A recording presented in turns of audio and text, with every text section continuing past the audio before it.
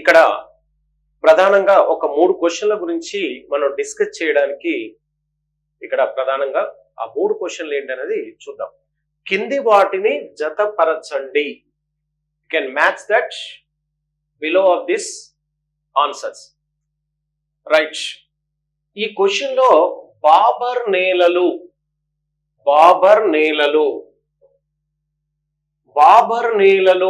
ఇక్కడ ఇచ్చాడు. టెరాయ్ నేలలు, బంగర్ నేలలు, ఖాదర్ నేలలు. అయితే ఈ బంగర్ నేలలు, ఖాదర్, టెరాయ్ నేలలు వాటి యొక్క లక్షణాలను, వాటి యొక్క విస్తరణకు సంబంధించిన అంశాలు ఇచ్చాడు. ఏబిసిడి అని ఇచ్చాడు. అయితే ఈ నేలల్లో వీటి యొక్క లక్షణాలు, అవి ఏర్పడే విధానము, అవి ఎక్కడ విస్తరించబడే అనే అంశాల్ని మనకు ఇక్కడ ఇవ్వడం జరిగింది. అయితే ఈ నేలలు, ఆ నేలల యొక్క లక్షణాలు, వాటి యొక్క ప్రధానమైనటువంటి విధి విధానాలకు సంబంధించినటువంటి వీటిని జత చేయమని అడిగారు. చూడండి, ఇక్కడ మనకు ప్రధానంగా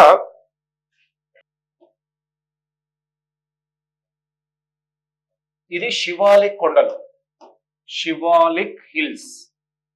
ప్రధానంగా శివాలిక్ కొండల పాదాల వద్ద మనకు ప్రధానంగా గంగా, సింధు, బ్రహ్మపుత్ర మైదానం ఉంది. ఇవి హిమాలయ పర్వతాలు. రైట్. ఇది గంగా, సింధు, బ్రహ్మపుత్ర బృహత్ మైదానం అంట, గ్రేట్ ప్లేన్.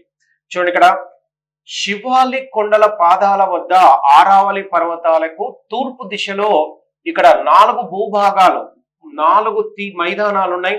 ఒకటి బాబర్ మైదానము, రెండోది టెరాయ్ మైదానము, మూడోది బాబర్ బంగర్ మైదానము, 4వది ఖాదర్ మైదానం అని 4 ఉన్నాయి.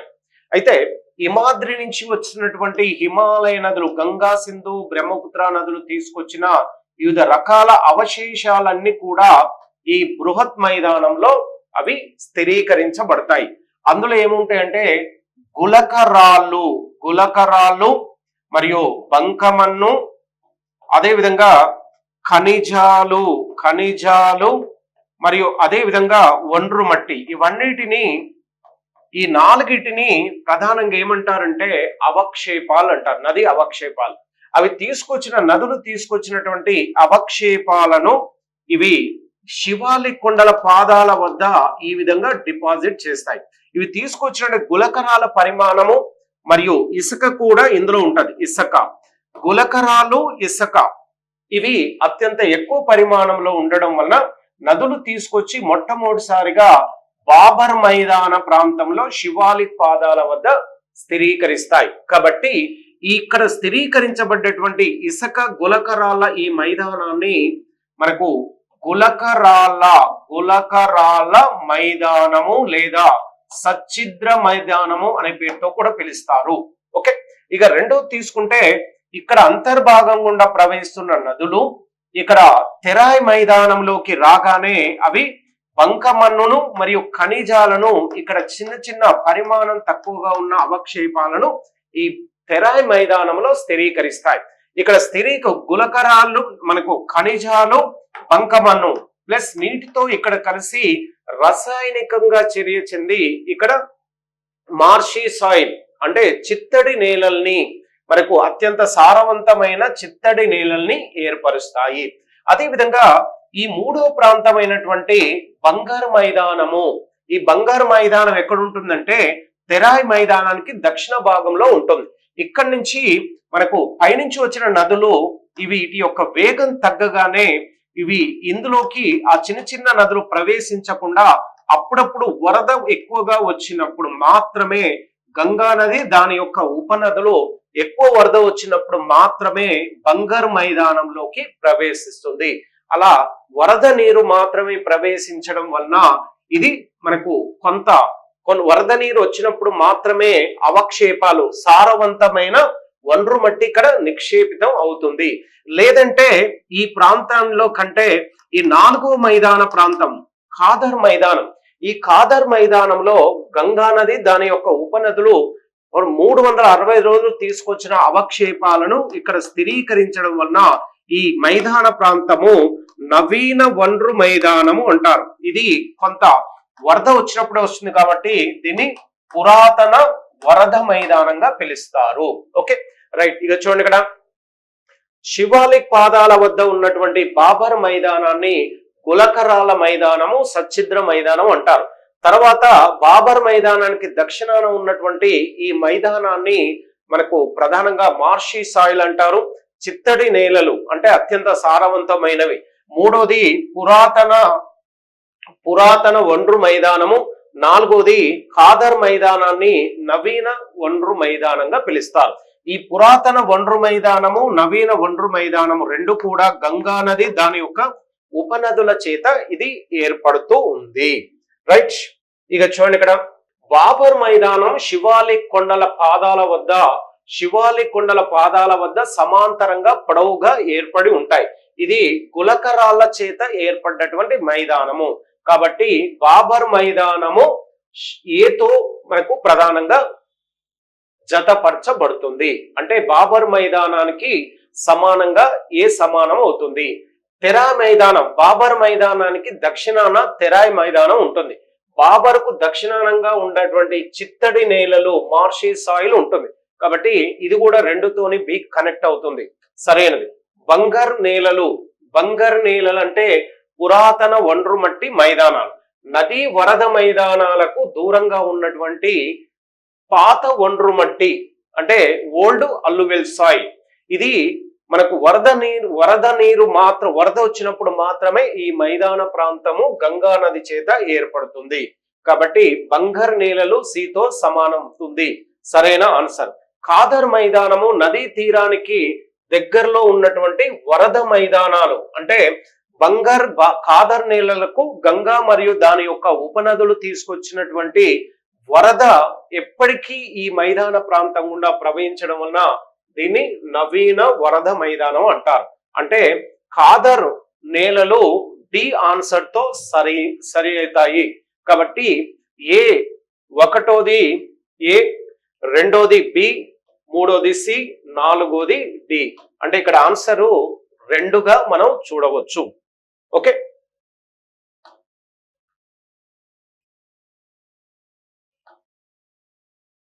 రైట్. ఇక చూడండి ఇక్కడ మరో క్వశ్చన్. కింది వాటిని జత చేయండి అన్నారు. అయితే ప్రధానంగా సింధు సాగర్ దోబ్. ఇక్కడ చూడండి, ఇక్కడ ఏవైనా రెండు నదులు ఒకే దిశ వైపు ప్రవహించడం వలన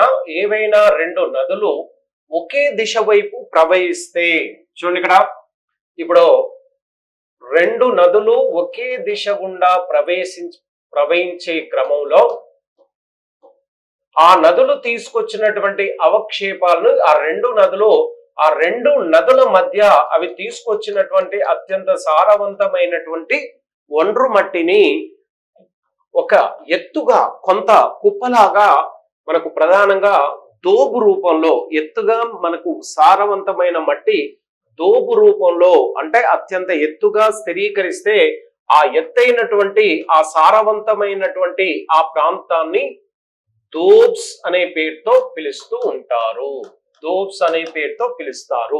రైట్. ఈ విధంగా ఇక్కడ 4 దోబులు ఇచ్చాడు. ఈ 4 దోబుల్లో మనకు ప్రధానంగా చూడండి, ఇక్కడ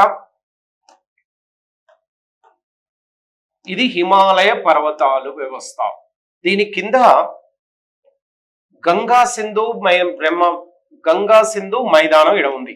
అయితే ఈ ప్రాంతాన్ని పంజాబ్ హర్యానా మైదానం అంటారు, సింధు మైదానం. ఇక్కడి నుంచి సింధు నది, దాని ఉపనదులు సింధు, జీలం, చినాబ్, రావి, బియాస్, సట్లైజ్. ఈ 5 నదులు సింధు నదికి ప్రధానమైన ఉపనదులుగా పిలుస్తూ ఉంటారు. రైట్. సింధు, జీలం, చినాబ్, రావి, బియాస్, సట్లైజ్. ఈ 5 సింధు నది యొక్క ఉపనదులు. ఈ 5 నదులు ఏదైనా 2 నదులు ఒకే వైపు ప్రవహించేటప్పుడు ఆ నదులు తీసుకొచ్చిన అత్యంత సారవంతమైన మట్టిని ఆ రెండు నదుల మధ్య ఈ విధంగా స్థిరీకరిస్తుంది, ఈ విధంగా ఎత్తుగా స్థిరీకరిస్తుంది. అలా ఎత్తుగా సారవంతమైనటువంటి ఒండ్రు మట్టి స్థిరీకరిస్తే దాన్ని దోబుగా పిలుస్తారు. చూడండి, ఇక్కడ సింధు మరియు జీలం మధ్యన ఒక దోబు ఉంది, జీలం చినాబ్ మధ్యన మరొక దోబు ఉంది, చినాబ్ రావి మధ్యన మరొక దోబు ఉంది. రైట్, రావి బియాస్ మధ్య మరొక దోబు ఉంది. ఇక్కడ ఇవి 5 దోబులు ఉన్నాయి. ఈ 5 దోబులు సింధు నుంచి సట్లైజ్ నది వరకు ఈ 5 దోబులు ఇక్కడ స్థిరీకరించబడి ఉన్నాయి. అత్యంత సారవంతమైన ఈ దోబులు పాకిస్తాన్ లో కూడా ఇవి ఏర్పడి ఉంటాయి. భారతదేశంలో ఇటు పాకిస్తాన్ లో కూడా ఈ దోబుల యొక్క విస్తరణ ఉంటుంది. అయితే మనకు ప్రధానంగా నదుల మధ్య ఉన్నటువంటి ఈ దోబుల పేర్లు ఏంటి అని అడుగుతున్నారు. సింధు సాగర్ దోబ్, ఇది సింధు నది మరియు జీలం నది మధ్యలో ఉన్నటువంటి ఈ దోబు. ఈ దోబు ఈ ప్రాంతంలో అత్యంత సారవంతమైన వ్యవసాయానికి అనుకూలమైనటువంటి మైదాన ప్రాంతము. రైట్, సింధు సాగర్ దోబ్, ఇది సింధు జీలం నదుల మధ్య ప్రధానంగా ఈ దోబు విస్తరించబడి ఉంది. రైట్, రెండో చూడండి, ఇక్కడ జీలం చినాబ్ నదుల మధ్య, జీలం చినాబ్ల మధ్య చాద్ దోబ్ అంటారు. ఇది చాద్ దోబ్, ఇదేమో సింధు సాగర్ దోబు, ఇది చాద్ దోబ్ అనే పేరుతో పిలుస్తూ ఉంటారు. రైట్ రైట్ మూడోది రావి బియాస్ నదుల మధ్య చారీ దోబ్, చారీ దోబ్ అనే మరొక దోబ్ ఉంది. అంటే చినాబ్ రావి మధ్యలో ఇక్కడ మనకు మరొక దోబు, ఈ దోబు ఇవ్వలేదు, ఇది రచనా దోబ్ అంటారు. ఓకే, ఇక చారీ దోబ్ అంటే మనకు ప్రధానంగా రావి బియాస్ల మధ్య, ఇది రావి బియాస్ల మధ్య ఉన్నటువంటి దోబు చరీ దోబ్. బిస్తు దోబ్, ఇది బియాస్ సట్లైజ్ల మధ్య, చూడండి ఇక్కడ ఇది బియాస్, ఇది సట్లైజ్ల మధ్య, ఇది ప్రధానంగా బిస్తు దోబ్ అనే ఈ దోబు ఈ ప్రాంతంలో ఉన్నాయి. అంటే సింధు సాగర్ దోబు సింధు జీలం నదుల మధ్య ఏర్పడి ఉంది, అంటే 1 ఏతో సరితూగుతుంది. చాద్ దోబ్ జీలం చినాబ్ల మధ్య ఉంది, చరీ దోబ్ రావి బియాస్ల మధ్య ఉంది, బిస్తు దోబ్ బియాస్ సట్లైజ్ నదుల మధ్య మనకు ప్రధానంగా ఉంది. ఇది మనకు చాలా సార్లు ఎగ్జామ్ లో రిపీటెడ్ గా వచ్చిన క్వశ్చన్ గా ఇది మనకు కనబడుతుంది. గ్రూప్ 4 లో వచ్చింది, ఇది ఏపీలో గ్రూప్ 2 లో కూడా ఈ క్వశ్చన్, అంటే ఈ దోబులకు సంబంధించిన అంశాలకు సంబంధించిన క్వశ్చన్ రావడం జరిగింది. రైట్, ఒకటోది ఏ బి 1, ఏ రెండోది బి, మూడోది సి, డి 4. అంటే ఆన్సర్ మనకు 4ది సరైన ఆన్సర్ గా ఉంది. రైట్, ఇక చూడండి, ఇక్కడ చోటా నాగ్పూర్ పీఠభూమిని రూర్ ఆఫ్ ఇండియా అనే పేరుతో కూడా పిలుస్తారు. ఇది ఏ రాష్ట్రంలో ఉందంటే మనకు ప్రధానంగా చోటా నాగ్పూర్ పీఠభూమి ఈ విధంగా ఉంటుంది.